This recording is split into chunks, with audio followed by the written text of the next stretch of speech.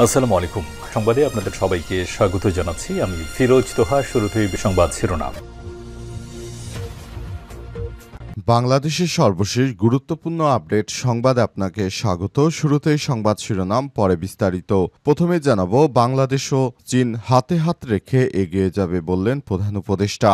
বাংলাদেশ ও চীন তাদের ব্যাপক কৌশলগত সহযোগিতামূলক অংশদারিত্বকে এগিয়ে নিতে একসঙ্গে এগিয়ে যাবে বলে মন্তব্য করেছেন প্রধান উপদেষ্টা অধ্যাপক ড মোহাম্মদ ইউনূস। এটি উভয় দেশ ও বিশ্বের জনগণের জন্য শান্তি, সমৃদ্ধ এবং সুখ বয়ে আনবে। এরপর জানাবো, আলোচনার টেবিলে সমাধান দেখছে না জামাত ইসলাম। পিআর পদ্ধতি বাস্তবায়নে গণভোটের দাবি। সুষ্ঠু ও নিরপেক্ষ অংশগ্রহণমূলক নির্বাচন জাতীয় আয়োজনে আবারও পিআর পদ্ধতির দাবি তুলেছে বাংলাদেশ জামাত ইসলাম। তবে আলোচনার টেবিলে এই সমস্যার সমাধান দেখছে না দলটি। সেজন্য পিআর বাস্তবায়নে গণভোটের দাবি জানিয়েছে বাংলাদেশ জামাত ইসলাম। এদিকে টেকনাফে গহীন পাহাড় এলাকা থেকে অপহরণকৃত ৬৬ জন নারী এবং শিশুকে উদ্ধার করেছে বাংলাদেশের প্রশাসন। কক্সবাজারের টেকনাফের গহীন পাহাড় থেকে অপহরণের শিকার নারী ও শিশুসহ ৬৬ জনকে উদ্ধার করেছে যৌথ বাহিনী। গতরাতে এক খুদে বার্তায় এই বিষয়টি নিশ্চিত করেছে কোস্টগার্ড।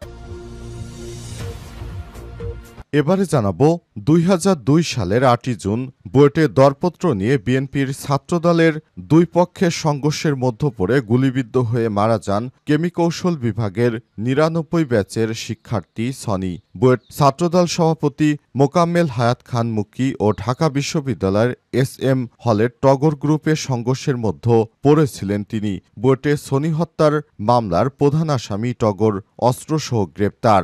বুয়েটের শিক্ষার্থী সাবিকুন্নাহার সনি হত্যার মামলায় দণ্ডপ্রাপ্ত আসামি মুশফিক উদ্দিন টগর ৫০কে আগ্নেয়াস্ত্রসহ গ্রেপ্তার করা হয়েছে। রাতে র্যাবের এক বার্তায় তথ্য নিশ্চিত করা হয়েছে। এবং সর্বশেষ জানাবো, নূরের শারীরিক অবস্থা নিয়ে জরুরি বার্তা। গণ অধিকার পরিষদের সভাপতি ডাকসুর সাবেক ভিপি নুরুল হক নূরের শারীরিক অবস্থা নিয়ে জরুরি বার্তা দেওয়া হয়েছে। ওই বার্তায় বলা হয়, হাসপাতাল থেকে রিলিজ নিলেও নূর এখনও পুরোপুরি সুস্থ হচ্ছেন না। মাথা এবং নাক ফেটে গেছে, সেখান দিয়ে এখনও রক্ত আসছে। অবস্থায় নূরের অবস্থা খুবই খারাপ হয়ে পড়েছে। প্রিয় দর্শক, এতক্ষণ শুনছিলেন সংবাদ শিরোনাম। এবারে বিস্তারিত। তবে তার আগে বন্ধুরা, অনুরোধ থাকবে এই সংবাদটিতে একটি লাইক দিন। এই চ্যানেলে আপনি নতুন হয়ে থাকলে আমাদের সংবাদটি দেখতে দেখতে চ্যানেলটি সাবস্ক্রাইব করে রাখুন। কমেন্ট করে বন্ধুরা আপনার মূল্যবান মতামত জানিয়ে দিন আপনি বিশ্বের কোন দেশ থেকে বা বাংলাদেশের কোন স্থান থেকে আমাদের সংবাদটি দেখছেন এবং শুনছেন। আর বন্ধুরা, এই সংবাদটি আপনার সোশ্যাল মিডিয়া ফেসবুকে শেয়ার করে বন্ধুদেরও দেখার সুযোগ করে দিন। এবারে বিস্তারিত। বাংলাদেশ ও চীন হাতে হাত রেখে এগিয়ে যাবে বললেন প্রধান উপদেষ্টা।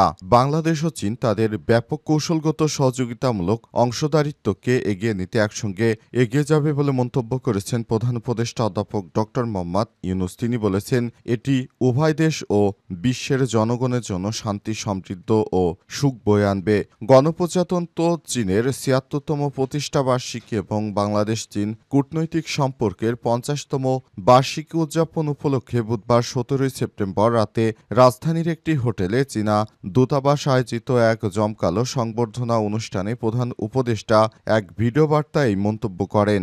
গণপ্রজাতন্ত্রী চীন প্রতিষ্ঠার ৭৬তম বার্ষিকী এবং বাংলাদেশ ও চীন কূটনৈতিক সম্পর্কের ৫০তম বার্ষিকীতে উষ্ণ অভিনন্দন জানিয়ে তিনি বাংলাদেশের প্রতি চীনের দীর্ঘস্থায়ী আস্থা, সহায়তা এবং সমর্থনের জন্য কৃতজ্ঞতা প্রকাশ করেন। তিনি অর্থনৈতিক উন্নয়ন, প্রযুক্তিগত উদ্ভাবন, দারিদ্র্য বিমোচন এবং জনগণের সেবার মতো বিভিন্ন ক্ষেত্রে চীনের কমিউনিস্ট পার্টির নেতৃত্বে অর্জিত উল্লেখযোগ্য সাফল্যের পাশাপাশি গ্লোবাল সাউথ ও আন্তর্জাতিক সম্প্রদায়ের প্রতি এর অনুপ্রেরণা এবং অবদানের প্রশংসা করেন। চীনের রাষ্ট্রদূত ইয়াওয়েন অনুষ্ঠানে বলেছেন, ২০২৫ সালে কেবল গণপ্রজাতন্ত্রী চীনের ৭৬তম প্রতিষ্ঠাবার্ষিকী নয়, বরং জাতিসংঘের ৮০ ৮৫তম প্রতিষ্ঠাবার্ষিকীতেও তিনি ৮ দশকের আগে বিশ্ব শান্তি রক্ষায় চীনের অপরিসীম ত্যাগের কথা স্মরণ করেন এবং শান্তি ও নিরাপত্তার ক্ষেত্রে শক্তিশালী রেকর্ড সহ একটি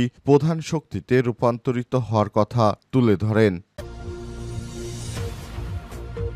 আলোচনা টেবিলের সমাধান দেখছে না জামাত ইসলাম। পিআর পদ্ধতি বাস্তবায়নে গণভোটের দাবি। সুষ্ঠু, নিরপেক্ষ এবং অংশগ্রহণমূলক জাতীয় নির্বাচন আয়োজনে পিআর পদ্ধতির দাবি তুলেছে বাংলাদেশ জামাত ইসলাম। তবে আলোচনা টেবিলে সমস্যার সমাধান দেখছে না দলটি। সেজন্য পিআর বাস্তবায়নে গণভোটের দাবি জানিয়েছে তারা। বৃহস্পতিবার 18 সেপ্টেম্বর বিকেলে জাতীয় মসজিদ বাইতুল মোকাররমের দক্ষিণ ফটক থেকে দলটির বিক্ষোভ সমাবেশে এই দাবি জানান জামাত ইসলামের সেক্রেটারি জেনারেল অধ্যাপক মিয়া গোলাম পরোয়ার। প্রধান অতিথির বক্তব্যে তিনি রাজনীতিতে যে স্বচ্ছতা, নির্বাচনের আকাঙ্ক্ষা, সেই প্রচেষ্টা চালাচ্ছে জামাত। রাজপথে ও কমিশনে দুই ক্ষেত্রেই কাজ করছে, কিন্তু একটি দল বারবার বাধা সৃষ্টি করছে জুলাই সনদের আইনি ও সাংবিধানিক ভিত্তি দেওয়ার ক্ষেত্রে।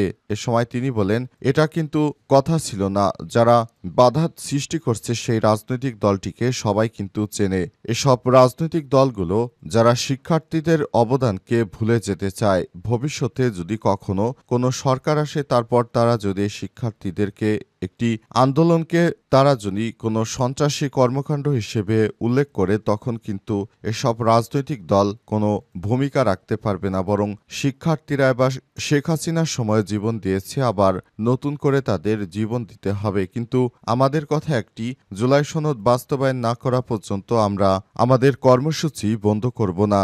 বাংলাদেশ জামাত ইসলাম স্বচ্ছভাবে নির্বাচনে সব রকমের প্রস্তুতি গ্রহণ করছে। তবে তারা যদি জুলাই সনদকে আইনি ভিত্তি না দেয়, তাহলে বাংলাদেশ জামাত ইসলামের পক্ষে এটা মেনে নেওয়া সম্ভব নয়। কারণ শিক্ষার্থীদের অবদানেই তাদের এই দীর্ঘদিন পর রাজনীতিতে ফিরে আসা। অতএব জামাত ইসলাম শিক্ষার্থীদের কাছে ঋণী। তাই শিক্ষার্থীদের যে জুলাই সনদ প্রয়োজন, সেই সনদের দাবিতে বাংলাদেশ জামাত ইসলাম রাজপথে নামতে বাধ্য হয়েছে। তারা এই সমস্ত রাজনৈতিক দলের ষড়যন্ত্রকে মেনে নেবে না।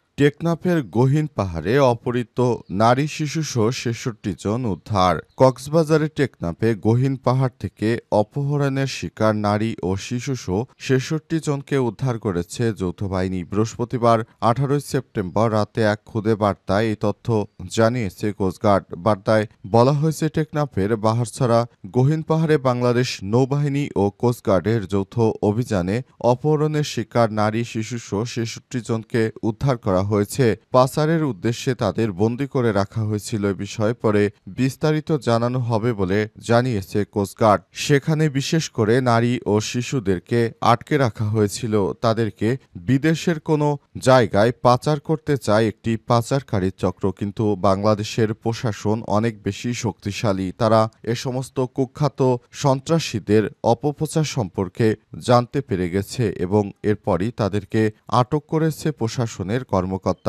বর্তমানে সেফ অবস্থানে রয়েছে ওই অপহরণকৃত ব্যক্তিরা। তাদেরকে উদ্ধার করে টেকনাফ থেকে উদ্ধার করা হয়েছে এবং বর্তমানে তাদের পরিবারের কাছে পাঠানো হচ্ছে, যেটা বাংলাদেশ নৌবাহিনী এবং কোস্টগার্ড সহ বাংলাদেশ এর আইনশৃঙ্খলার সব বাহিনীর অবদান রয়েছে। সুতরাং তাদেরকে মন থেকে স্যালুট জানাই, যেন বাংলাদেশের জন্য তারা ভবিষ্যতে এরকম আরও ভালো ভালো কাজ করতে পারে। এবং সবাইকে আহ্বান জানাবো, আপনারা যার যার জায়গা থেকে সতর্ক হন, কোনো পাচারকারী চক্রে ফাঁদে পা দেবেন না। বুয়েটের সনি হত্যার মামলায় আসামি টগর গ্রেপ্তার। বুয়েটের শিক্ষার্থী সাবিকুন নাহার সনি হত্যা মামলায় দণ্ডপ্রাপ্ত আসামি মুশফিক উদ্দিন টগর 50কে আগ্নেয়াস্ত্রসহ গ্রেপ্তার করা হয়েছে। আজ র্যাব এক বার্তায় তথ্য নিশ্চিত করে। এতে বলা হয়, 2002 সালে বুয়েটের শিক্ষার্থী সাবিকুন নাহার সনি হত্যার মামলার অন্যতম আসামি মুশফিকুল উদ্দিন টগরকে রাজধানী লালবাগ থানাধীন আজিমপুর এলাকা হতে একটি রিভলভার ও 156 রাউন্ড গুলিসহ গ্রেপ্তার করা হয়। এ বিষয়ে র্যাবের তরফে ব্রিফিং করে সংবাদ মাধ্যমে বিস্তারিত জানানো হবে বলে বার্তায় জানানো হয়েছে। ২০০২ সালের ৮ই জুন বুয়েটে দরপত্র নিয়ে ছাত্রদল ও দুই পক্ষের মধ্যে সংঘর্ষের ঘটনা ঘটে। পরে গুলিবিদ্ধ হয়ে মারা যান কেমিকৌশল বিভাগের ৯৯ ব্যাচের শিক্ষার্থী সনি।